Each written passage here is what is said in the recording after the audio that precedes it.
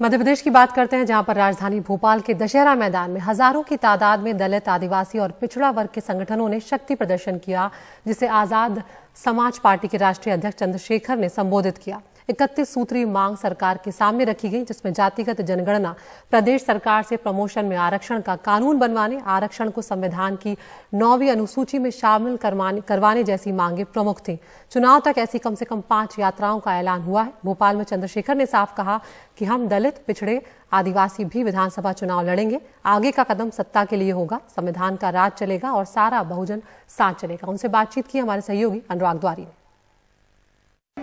मध्य प्रदेश की राजधानी भोपाल में ये पूरा जो दशहरा मैदान है वो भरा हुआ नजर आ रहा है। चंद्रशेखर रावण जी इस वक्त हमारे साथ हैं। चंद्रशेखर जी, बहुत स्वागत है आपका।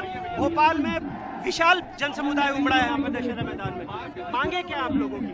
मांगे के लिए 31 सूत्रीय ज्ञापन है जो तैयार किया गया है। बेसिक हमें आजादी के बाद अब तक हम लोगों पे भरोसा करते करते थक चुके,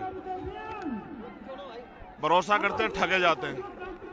अब हमारे लोग अपने पैरों पे खड़ा होना चाहते हैं। जब तक उनके पास किराए के घर थे तब तक उन्होंने वो वहां रह के काम कर रहे थे, लेकिन उन जो बुनियादी अधिकार है वो भी नहीं मिले। अवसर तो क्या मिलेंगे।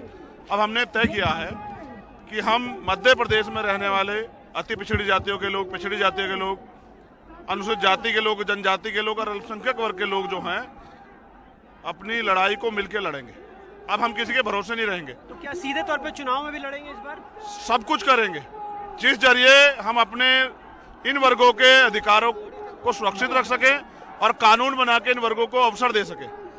कोई हमें 27% आरक्षण देता है, कोई हमें 15% आरक्षण देता है, कोई हमें 12% आरक्षण देता है। हम यहाँ मांगने वाले लोग तो नहीं है। ये लोकतंत्र है, जिसका वोट होगा उसका राज होगा। हम अपने वोट को तैयार करेंगे और उसके जरिए हम अपने लोगों को यहाँ राज करने के लिए वो करेंगे। अब रानी का बेटा राजा नहीं बनेगा। इस मंच पे जो लोग बैठे हैं, जो पिछले 10-10 साल से यहाँ धूल भाग रहे हैं, सारी सरकारों का सामना कर रहे हैं, अन्याय झेल रहे हैं, लाठियां खा रहे हैं, जेल जा रहे हैं, उन सब लोगों को मेरी जिम्मेदारी है कि उन सब लोगों को प्लेटफार्म के जरिए आगे बढ़ाया जाए। और जो लोग सड़क पे लड़ रहे हैं वो सदन में जाके इन वर्गों के हितों की लड़ाई लड़े, तब जाके मुझे लगता है कि हमारी कुछ मांगे पूरी हो पाएंगी। मध्य प्रदेश में ज्यादा तो दो दल हैं, कांग्रेस या बीजेपी। आपकी लड़ाई दोनों से है या आप किसी एक के साथ लड़ेंगे? किसी से लड़ाई नहीं। हम तो अपने समाज को तैयार कर रहे हैं, बहुजन समाज को। हम उनसे लड़के क्या करेंगे? उनके पास वो हमें अधिकार देना नहीं चाहते।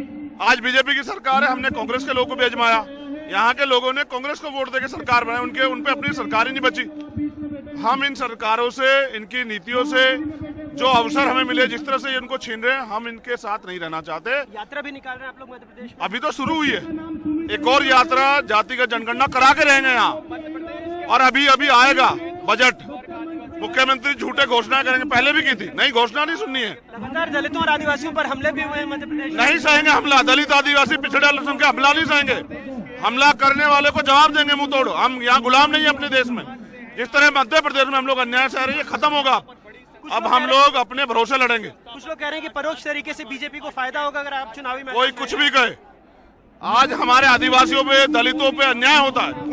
कौन नेता आके हमारी लड़ाई लड़ता है? जब हमारे खिलाफ यहाँ सार्वजनिक सभाएं होती हैं, हमारे गुर्जर समाज को जातिगत गालियां दी जाती है, पिछड़े वर्ग को अपमानित किया जाता है, दलितों के उनके अधिकारों को जो है उनके खिलाफ जो है नारे लगते हैं, तब कौन सा नेता खड़ा हुआ है? तीसरे मोर्चे की तरफ इशारा है आपका मध्य प्रदेश? हमारा अपना मोर्चा है।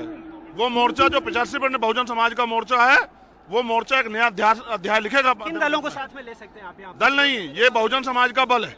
हम संगठित होकर लड़ेंगे। और अभी तो जितने भी संगठन यहाँ काम कर रहे हैं सामाजिक रूप से, उनको बस हमें समझाना है। कोई तो साझा सिंबल होगा, कुछ तो होगा। जो लड़ाई सड़क पे लड़ रहे हो, सदन में आके लड़ो। उनको भेजने के प्लेटफॉर्म हम लोग तैयार करेंगे। हम मिल बैठ के बात करेंगे।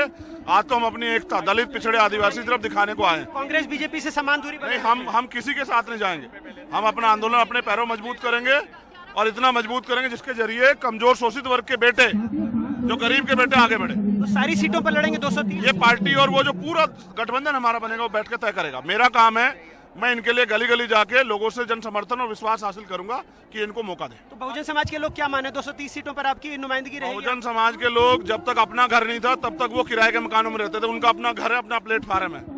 ना कोई टिकट बिकेगा, ना कुछ। काम करने वाले को मौका मिलेगा और जो समाज के लड़ रहा है उसके लिए साथ खड़ा रहेगा समाज। बहुजन समाज पार्टी पहले से यहाँ पर स्ट्रांग थी। अब मायावती जी के 2 विधायक भी थे, लेकिन आप क्या उनके साथ जाएंगे? जो अपने विधायक नहीं बचा पा रहे, वो समाज को क्या बचाएंगे? मैं सिर्फ ये कह रहा हूँ कि समाज को फैसला लेना है, जो उनके लिए लड़ रहा हो समाज उसका साथ दे। बहुत बहुत शुक्रिया। तो चंद्रशेखर रावण का साफ कहना था कि जब तक किराए के घरों में वो पहले रहते थे लेकिन अब अपना मकान मिल गया, यानी साफ तौर पर इशारा है कि तीसरे मोर्चे के तौर पर मध्य प्रदेश के चुनाव में ताल ठोक सकते हैं। भोपाल से अनुराग द्वारी, एनडीटीवी इंडिया।